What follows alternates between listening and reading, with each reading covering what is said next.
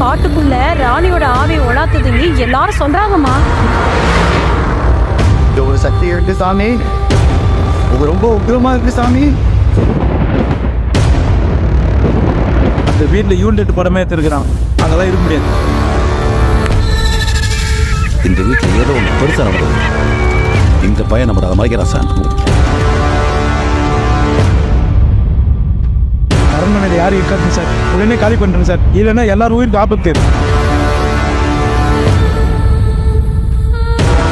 இந்த deaths and tragedies நடந்த ஹிஸ்டாரிக்கல் பிளேஸஸை விசிட் பண்ணுறது.